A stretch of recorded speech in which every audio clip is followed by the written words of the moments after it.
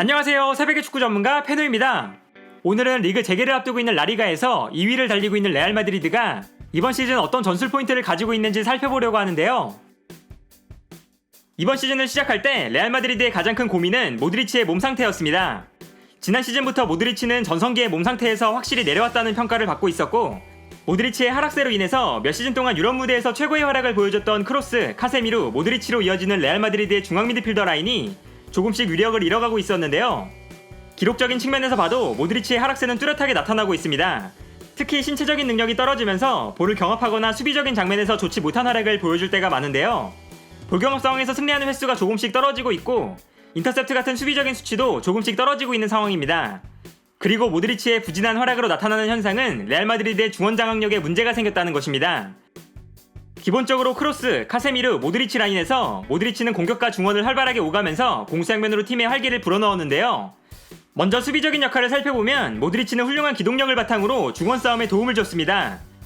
특히 공격을 하다가 수비 상황이 되었을 때 크로스가 기동력이 좋은 선수가 아니라서 카세미르가 크로스의 수비를 도와줄 때가 많았는데, 이때 모드리치가 빠르게 수비에 복귀해줄 수 있어야 카세미르의 수비 부담을 줄여줄 수 있었습니다. 그러나 모드리치의 기동력이 떨어지면서 레알 마드리드는 중원에서 카세미르의 수비 부담이 너무나 크게 늘어났는데요. 결과적으로 이번 시즌 경기 장면을 보면 이 장면처럼 크로스와 모드리치가 공격에 가담했다가 수비로 복귀하는 속도가 늦고, 카세미르가 혼자서 수비라인 앞을 보호하다가 중원에 공간이 발생하는 장면이 자주 나왔습니다.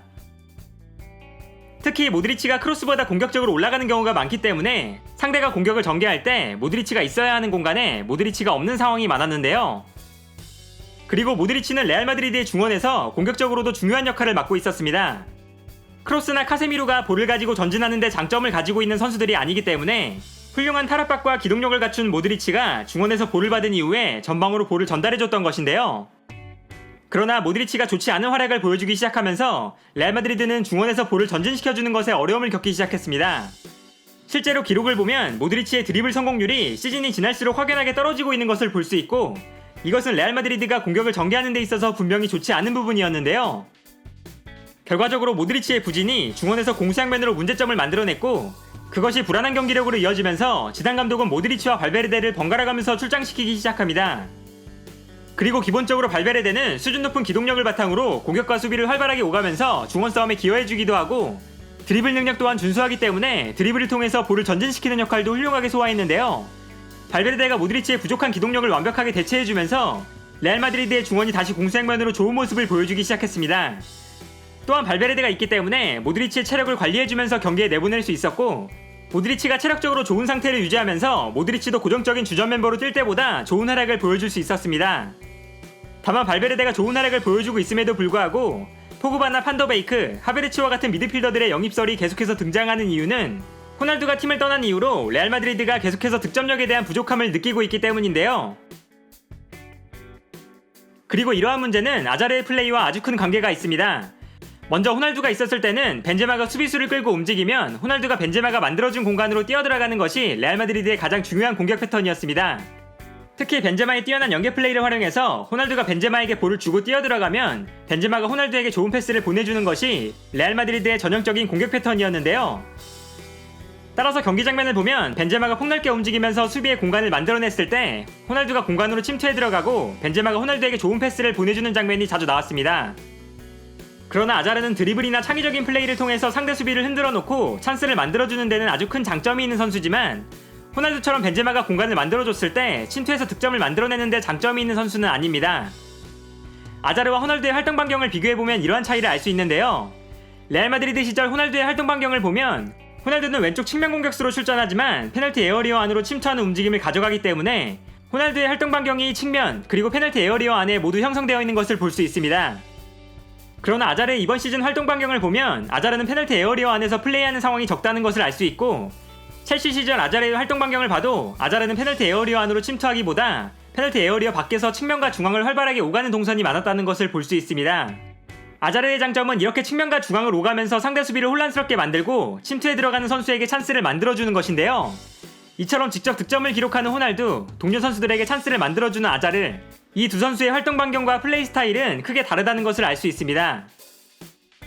물론 아자르가 득점력이 아주 부족한 선수는 아니지만 호날두가 기록하던 득점을 아자르가 채워주지 못한다면 결국에는 다양한 득점원을 통해서 호날두의 득점력을 대체할 수밖에 없기 때문에 벤제마부터 베일, 비니시우스, 이스코 같은 공격수들뿐만 아니라 중원에서도 득점에 가세해줄 수 있는 선수가 필요한 상태인데요. 그 과정에서 득점력이 뛰어난 포그바나 판더베이크, 하베르츠 같은 미드필더들이 꾸준하게 레알 마드리드의 이적설에 오르거나 임대를 떠나 있는 웨데가르드의 복귀설이 꾸준하게 나오고 있습니다. 이처럼 공격을 이끌어가는 선수가 호날두에서 아자르로 넘어가는 과정에서 레알 마드리드는 득점에 대한 고민이 남은 시즌뿐만 아니라 다음 시즌에 이르기까지 가장 중요한 포인트라고 할 수 있습니다. 한편으로는 팀을 이끌어갈 선수라고 생각했던 아자르가 이번 시즌 팀에 큰 도움이 되지 못하고 있다는 것이 레알 마드리드의 가장 큰 고민거리일 텐데요. 아자르는 이번 시즌 레알 마드리드의 39경기 중에서 단 15경기밖에 출장하지 못했습니다. 그리고 아자르가 좋은 활약을 보여주지 못하고 있다는 것은 레알 마드리드의 전체적인 빌드업 과정에 큰 문제를 발생시키고 있습니다. 지단의 레알 마드리드는 기본적으로 크로스가 빌드업의 핵심적인 역할을 수행하는데요. 챔피언스리그 3연패 시절에도 마르셀루, 라모스, 호날두, 벤제마, 이스코까지 많은 선수들이 왼쪽 지역에서 크로스를 중심으로 볼을 점유하는 장면이 많았고 크로스는 볼의 연결고리 역할을 훌륭하게 소화했습니다. 실제로 챔피언스리그 3연패 시절의 패스맵을 봐도 크로스를 중심으로 많은 패스를 주고받았다는 것을 알 수 있는데요. 특히 크로스와 가장 가까운 위치에 있는 호날두와 마르셀루가 크로스와 볼을 주고받으면서 볼을 점유하는 데 중요한 역할을 했고 아자르를 영입했을 때도 아자르의 볼 소유 능력이 호날두를 대신해서 볼을 점유하는 데 중요한 역할을 수행할 것으로 예상했습니다.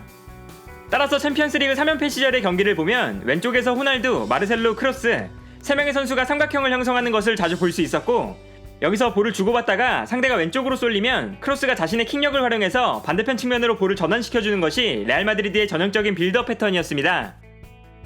그러나 아자르가 경기에 자주 나오지 못하면서 레알 마드리드의 빌드업에 문제가 발생하기 시작합니다. 비니시우스나 호드리구는 볼을 안정적으로 점유하는 데 큰 장점이 있는 선수들이 아니었고 이스코 같은 경우는 볼을 점유하는 데는 좋은 모습을 보여줄 수 있지만 측면 돌파에 부족함이 있었는데요. 레알 마드리드의 왼쪽 측면 공격수는 상대가 왼쪽 지역을 강하게 압박할 때 전방으로 달려나가주면서 압박을 분산시켜주고 크로스에게 여유로운 공간을 만들어주는 역할도 담당하는데 이스코가 이러한 플레이는 큰 장점을 가지고 있지 않았던 것입니다. 따라서 측면으로 상대를 끌고 나갈 수 있는 플레이 그리고 볼을 점유할 때는 안정적인 볼 소유 능력을 보여주는 아자르의 활약은 이번 시즌 레알 마드리드의 빌드업 과정의 가장 중요한 포인트라고 할 수 있습니다. 또한 여기에 더해서 마르셀로가 부진한 활약을 보여주고 있다는 것도 레알 마드리드의 빌드업의 큰 문제점 중 하나입니다. 마르셀로는 기술적으로 워낙에 뛰어난 선수이기 때문에 크로스가 압박을 받을 때 마치 미드필더처럼 움직이면서 빌드업을 주도할 정도로 레알 마드리드가 볼을 전개할 때 엄청난 영향력을 발휘했는데요. 마르셀로가 지난 시즌부터 전성기에서는 확실히 내려오는 모습을 보여줬고 이번 시즌에는 빌드업 과정에서도 불안한 모습을 자주 보여주고 있습니다. 더군다나 마르셀로가 빌드업에 관여하는 부분이 큰 만큼 빌드업 과정에서 볼을 빼앗겼을 때 마르셀로의 왼쪽 측면에 공간이 발생하고 수비적으로 불안한 장면이 나올 때가 많습니다. 예를 들어 경기를 보면 마르셀로가 빌드업과 공격에 적극적으로 관여하다가 볼을 빼앗겼을 때 너무나 높은 위치에 있기 때문에 순간적으로 측면에 공간이 발생하는 것인데요. 라모스가 이 공간을 커버해주긴 하지만 측면 공간이 너무나 크게 발생한다는 건 분명히 레알 마드리드의 수비에 좋지 않은 부분이라고 할 수 있습니다. 따라서 빌드업의 안정적인 모습을 보여주는 마르셀로 대신 수비적으로 안정적인 맨디를 선발로 기용하는 경기가 점점 많아지고 있는데요. 다만 맨디가 마르셀로보다 수비적인 능력은 뛰어나지만 빌드업이나 공격 가담이라는 측면에서 보면 마르셀로보다 현저하게 부족하기 때문에 마르셀로 대신 맨디가 나왔을 때 빌드업 과정에서 크로스를 어떻게 도와줄 수 있느냐가 레알 마드리드의 경기 포인트 중 하나가 아닐까 합니다. 그리고 이번 시즌 레알 마드리드에게 있어서 빼놓을 수 없는 선수는 카세미르입니다. 카세미르는 이번 시즌 라리가에서 가장 많은 인터셉트와 태클을 성공시킨 선수였는데요. 앞서 살펴본 것처럼 모드리치와 마르셀로의 부진으로 이번 시즌 레알 마드리드는 수비적으로 불안 요소가 많았는데 카세미르가 수비형 미드필더 자리에서 선수들의 수비적인 공백을 완벽하게 보완해줬습니다. 여기에 수비적으로 뛰어난 발베르데와 맨디가 모드리치와 마르셀로를 대신하기 시작했고 크루트와의 선방까지 더해지면서 레알 마드리드는 카세미르를 중심으로 안정적인 수비를 보여줬는데요. 레알 마드리드는 이번 시즌 아쉬운 경기력을 보여줬다는 평가를 받았지만 카세미르의 활약 덕분에 수비적으로는 유럽 5대 리그를 통틀어서 가장 적은 실점을 허용한 팀이었습니다. 결과적으로 내용을 정리해보면 레알 마드리드는 안정적인 수비를 보여주고 있지만 모드리치와 마르셀로의 부진, 아자르의 부상 등이 겹치면서 굉장히 어수선한 시즌을 보내고 있습니다. 발베르데나 맨디처럼 레알 마드리드에게 부족한 부분을 채워줄 수 있는 선수들이 등장했지만 공격적인 측면이나 빌드업 과정에서 여전히 보완해야 할 점은 존재하는데요. 현재 리그 11경기를 남겨둔 상태에서 바르셀로나와 승점 차이가 단 2점밖에 나지 않는 상황. 과연 레알 마드리드가 부족한 부분을 어떻게 보완하느냐에 따라 이번 시즌의 라리가의 우승 경쟁이 더욱 치열해지지 않을까 합니다. 오늘 영상은 여기까지고요. 시청해주셔서 감사합니다.